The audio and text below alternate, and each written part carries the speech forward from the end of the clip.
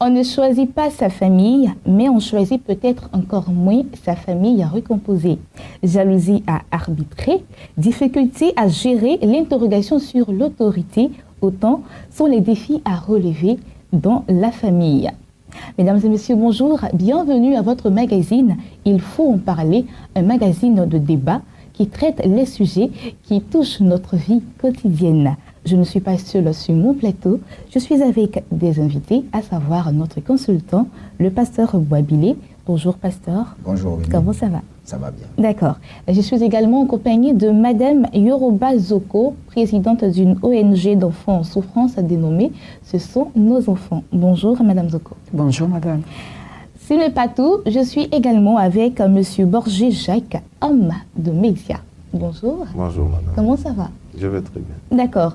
Alors, le décor est ainsi planté. Notre thème du jour, les familles recomposées. Notre consultant du jour, le pasteur Boabilé Juste, on va d'abord donner la définition de famille recomposée. Merci beaucoup. Je donnerai une définition très simple pour que tout le monde puisse comprendre. En fait, quand on parle de famille recomposée, c'est une famille qui est composée de parents et d'enfants dont certains sont issus de divorce. C'est des couples, disons, composés de structures pathogènes dont l'éducation des enfants est problématique. Il ne faut pas se leurrer, c'est des familles difficiles à gérer. C'est tout ce que je peux dire pour le moment. D'accord. Alors, Madame Zoko, qu'est-ce que vous entendez par famille recomposée? La famille recomposée, c'est une famille où soit la maman, elle vient avec des enfants de notre mari, donc une maman divorcée, et le père également veut venir avec des enfants qui ne sont pas de la femme avec laquelle il vit présentement. Donc tous ces enfants-là vivent dans la même maison avec des parents, les nouveaux parents de chez la femme, et puis des nouveaux parents pour les enfants du monsieur. Donc tout ça dans la même maison. C'est une famille qui est recomposée.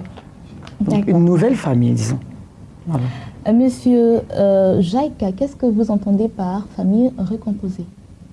Bien, j'entends par famille recomposée des conjoints qui se sont mis ensemble en couple, donc dans une nouvelle union, mais qui ont vécu ultérieurement, déjà en union, et qui se sont mis ensemble dans une nouvelle union, et qui ont entraîné dans cette nouvelle union leurs progénitures qui sont issus d'une ancienne union. Donc, une famille qui comprend une femme qui a déjà vécu maritalement ou en couple avec un homme, ou un homme qui a déjà vécu maritalement ou en couple avec une femme. Et ces deux personnes ont décidé de se mettre ensemble, de s'unir et emporter dans leur nouvelle union les enfants qui sont issus de leur précédente union. D'accord. Alors, la définition de famille recomposée est ainsi donnée par nos différents invités. On va aller tout de suite avec les causes de la famille recomposée. Notre consultant. Je crois qu'il y a d'abord l'instabilité des couples. C'est lié à l'instabilité des couples parce que pour beaucoup, le mariage apparaît comme un spectre. Et aujourd'hui, même les jeunes gens, pour eux, le mariage est quelque chose de virtuel. Et souvent, on y entre sans conviction. Et ce genre de situation découle de là, parce qu'aujourd'hui, avec les statistiques qu'on a, 2 foyers sur 10 arrivent à la dérive. Et chaque fois, on se croit obligé de recommencer. Et aussi, 50% des divorces causés par l'adultère. Et quand on parle d'adultère, un acte d'adultère peut, disons, produire un enfant. Et ainsi de suite, des enfants sont nés ainsi. Et quand ça pose problème dans le foyer, c'est la rupture, c'est la cassure. Et chacun va refaire un autre foyer. Et vous voyez, ce phénomène-là sévit. Pensez-vous qu'on ne peut pas apporter d'autres solutions à cette cause-là? Il faut tout de suite, on ne va pas aller vite en besogne. Vous savez, c'est un malaise socio-familial qu'il faille gérer avec beaucoup de délicatesse. Parce que la question d'éducation est très, très, très délicate. Vous voyez, c'est très délicat. Tout de suite, ébaucher des causes directes, ce serait peut-être aller un peu vite. Mais je crois qu'au cours de l'émission, vous aurez le temps de nous poser des questions et nous entrerons plus en profondeur. D'accord. Madame Zoko, les causes pour vous d'une famille recomposée, qu'est-ce que c'est?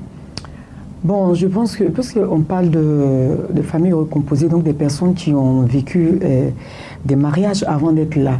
Souvent, dans les précédents mariages, qu'est-ce qui a causé ça? Les précédents mariages n'ont pas été bien gérés. Peut-être c'est sur le point du pardon, de l'adultère, ou bien de choses. De nos jours, bon, il est difficile aux jeunes femmes de supporter certaines choses comme nos mères le faisaient.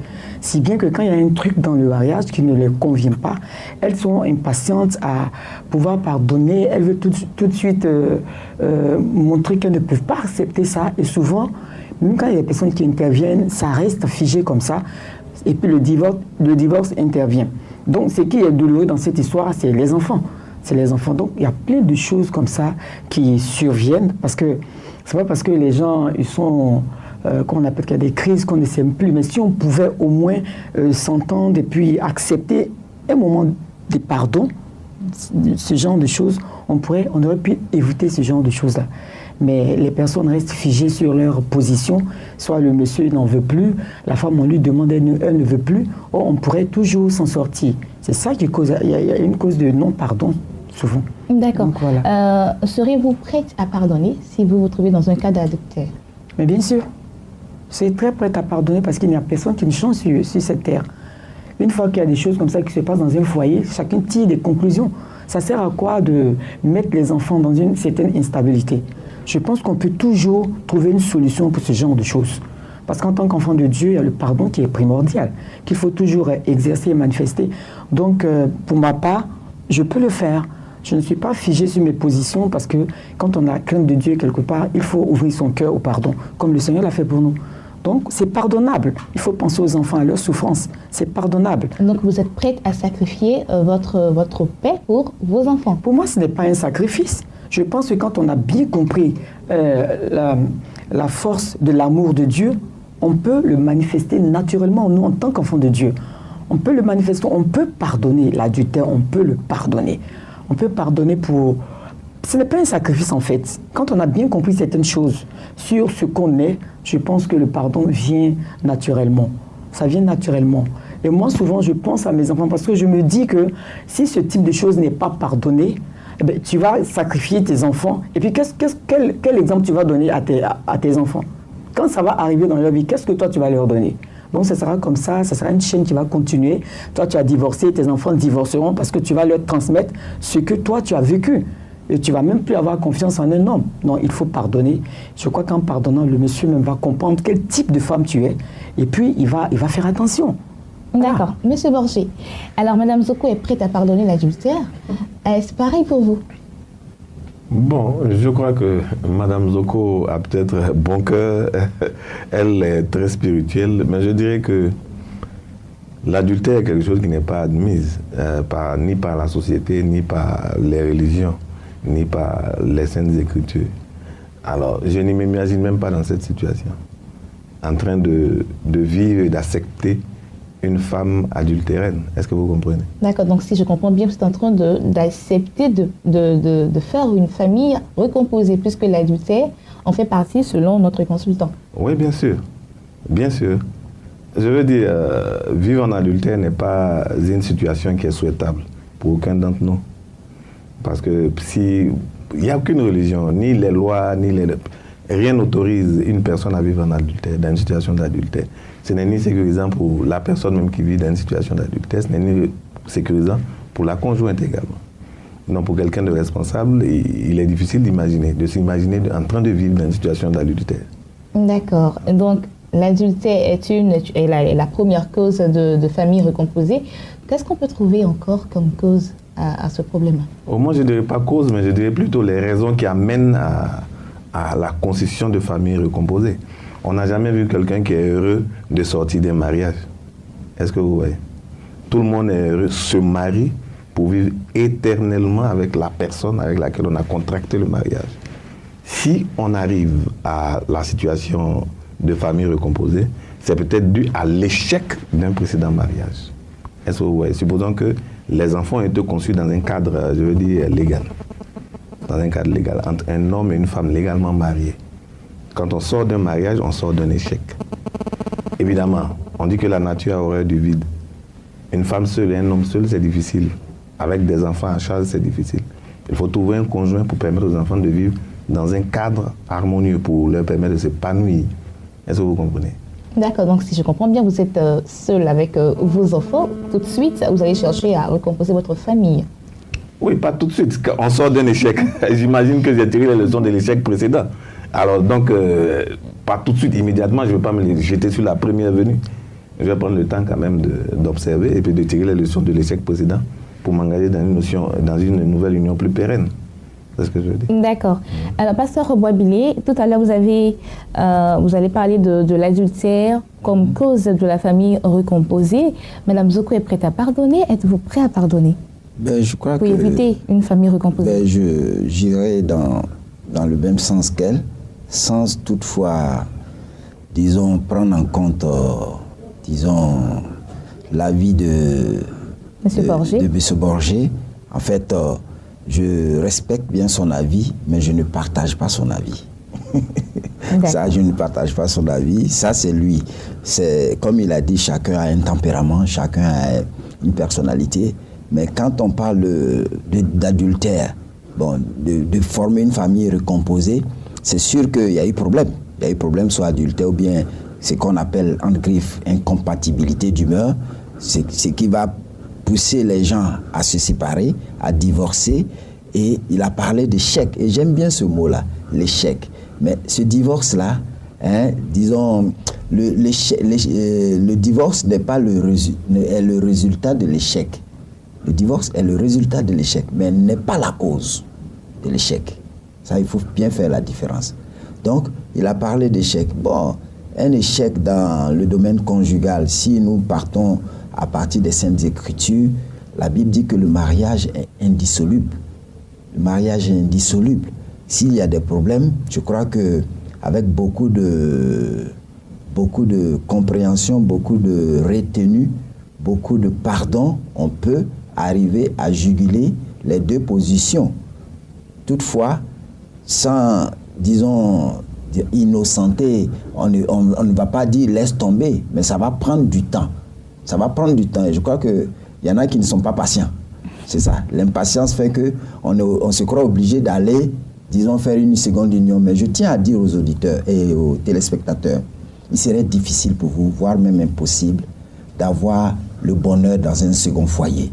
Parce que le premier foyer, c'est là que se trouve votre bonheur. D'accord, mais comme vous venez de le dire, dans le premier foyer se trouve le bonheur. Mais tout va mal. Tout va mal, il y a le feu un peu partout. Quand on dit foyer, il y a toujours le feu. Il y a le feu un peu partout qui s'embrase. Comment faire pour éteindre ce feu? Mais tout va mal. Moi, je crois qu'il y a une question. Il y a beaucoup de choses qui entrent en ligne de compte. Il y a, par exemple, le fait que je le disais tantôt hors antenne, il faut savoir la communication. Il y a les attentes, il y a la communication, et puis il y a beaucoup d'autres choses. Par exemple, parlant des attentes, qu'est-ce que madame attend de monsieur? Qu'est-ce que monsieur attend de madame? Tu comprends? Qu'est-ce que madame attend de monsieur? Qu'est-ce que monsieur attend de madame? Il y a la communication. Il faut savoir que nous sommes différents, mariés, hommes et femmes. Nous sommes très différents. Je ne vais pas vouloir que mon épouse apprécie, par exemple, cette émission que nous sommes en train de faire, comme moi je l'apprécierai. Et souvent, si elle n'apprécie pas comme moi j'aurais voulu qu'elle apprécie, ça fait des clashs. Ça, c'est, disons, un problème de communication. Il y a aussi les attentes. Qu'est-ce que monsieur attend de madame? Qu'est-ce que madame attend de monsieur? Ça, c'est toujours lié au problème de communication. S'il n'y a pas communication, je ne saurai pas ce que toi tu veux, ou alors tu ne sauras pas ce que moi je veux. Il y a ça. Il y a l'acceptation. Le problème d'acceptation. C'est-à-dire, il faut accepter l'autre tel qu'il est. Peu importe. Parce qu'il ne faut pas confondre, disons, le caractère de l'amour. Souvent, vous voyez, il y a des gens, on dit, mais toi, là même, le monsieur, là même, il te donne quoi? Mais il te frappe toujours, mais tu es derrière lui. Elle dit, je l'aime. Ça, c'est l'amour. Il a un vilain caractère, mais pourtant, elle l'aime. Donc, il faut dissocier le caractère d'un homme, de l'amour qu'on a pour lui, ou alors le caractère d'une femme, de l'amour qu'on a pour elle. Il ne faut pas confondre, il faut pas tout confondre. Donc, dissocier le caractère de l'amour.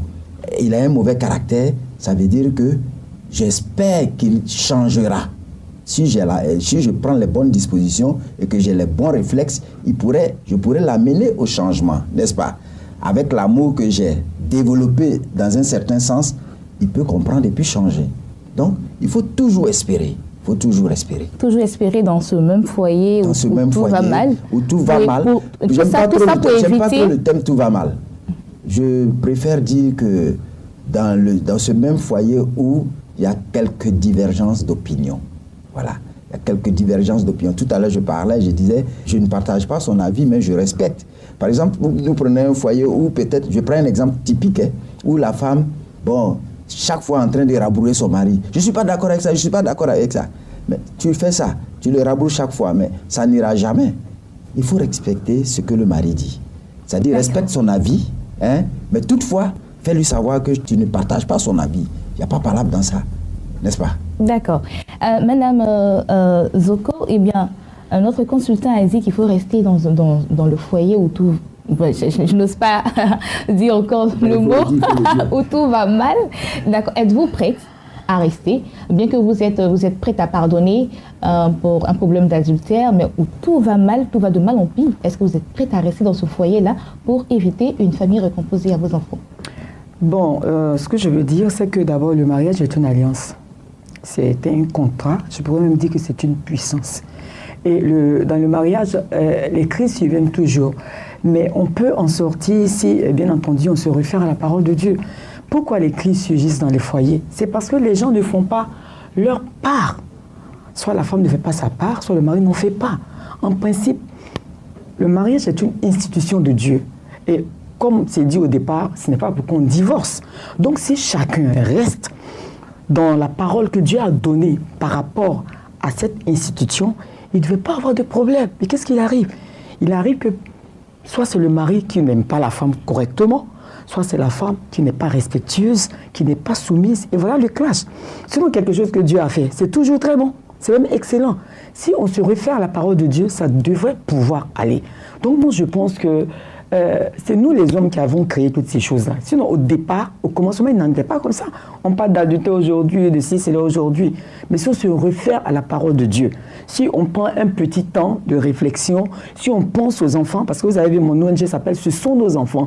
Si on pense aux enfants et que chacun se regarde par rapport à la parole de Dieu, il devrait absolument avoir une solution.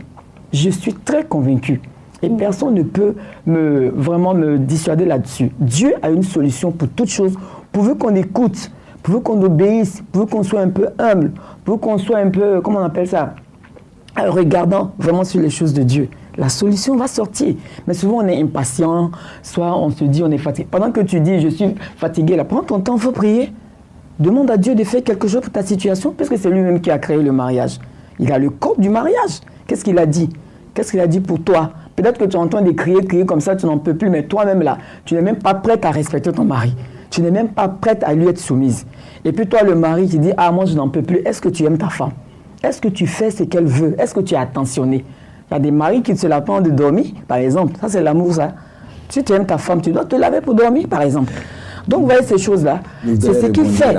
Chacun est campé sur sa position. On ne se réfère pas à celui-là même qui a créé le mariage. On fait ce que nous, on veut. Mais ça ne peut pas marcher.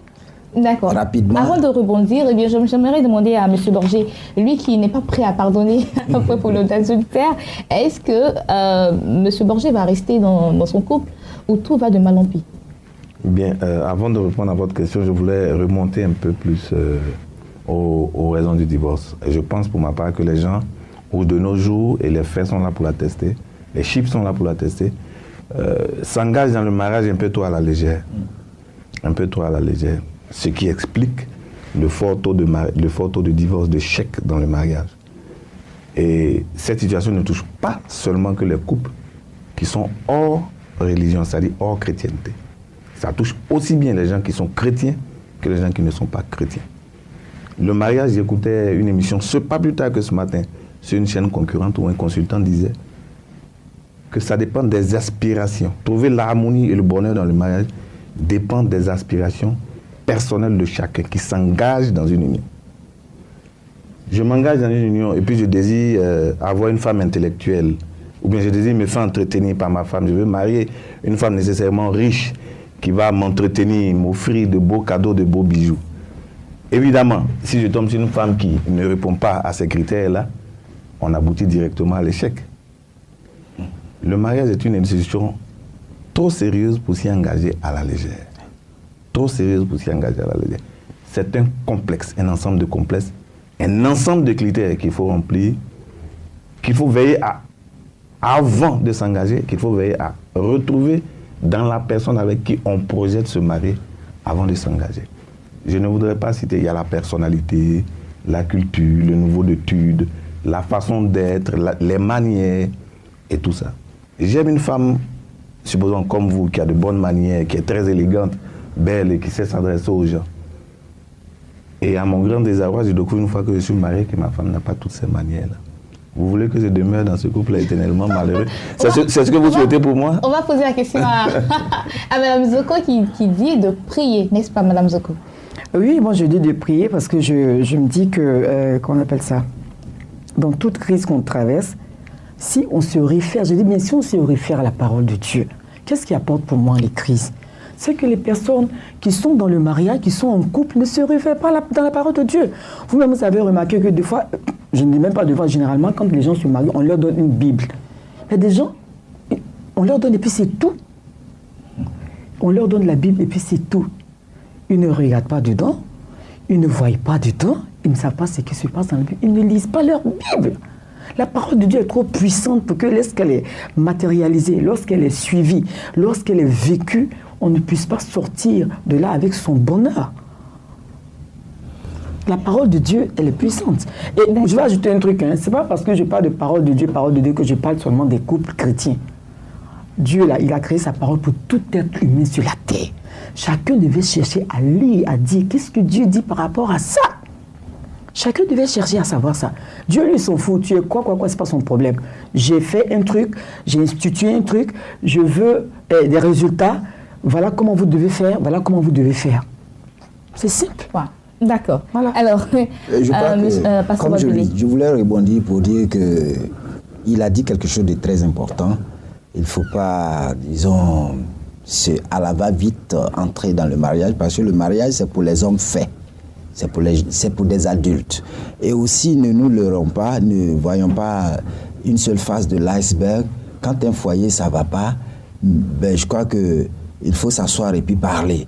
Parce qu'on va dire, il faut entrer, vous allez entrer, on va trouver des mariés divorcés.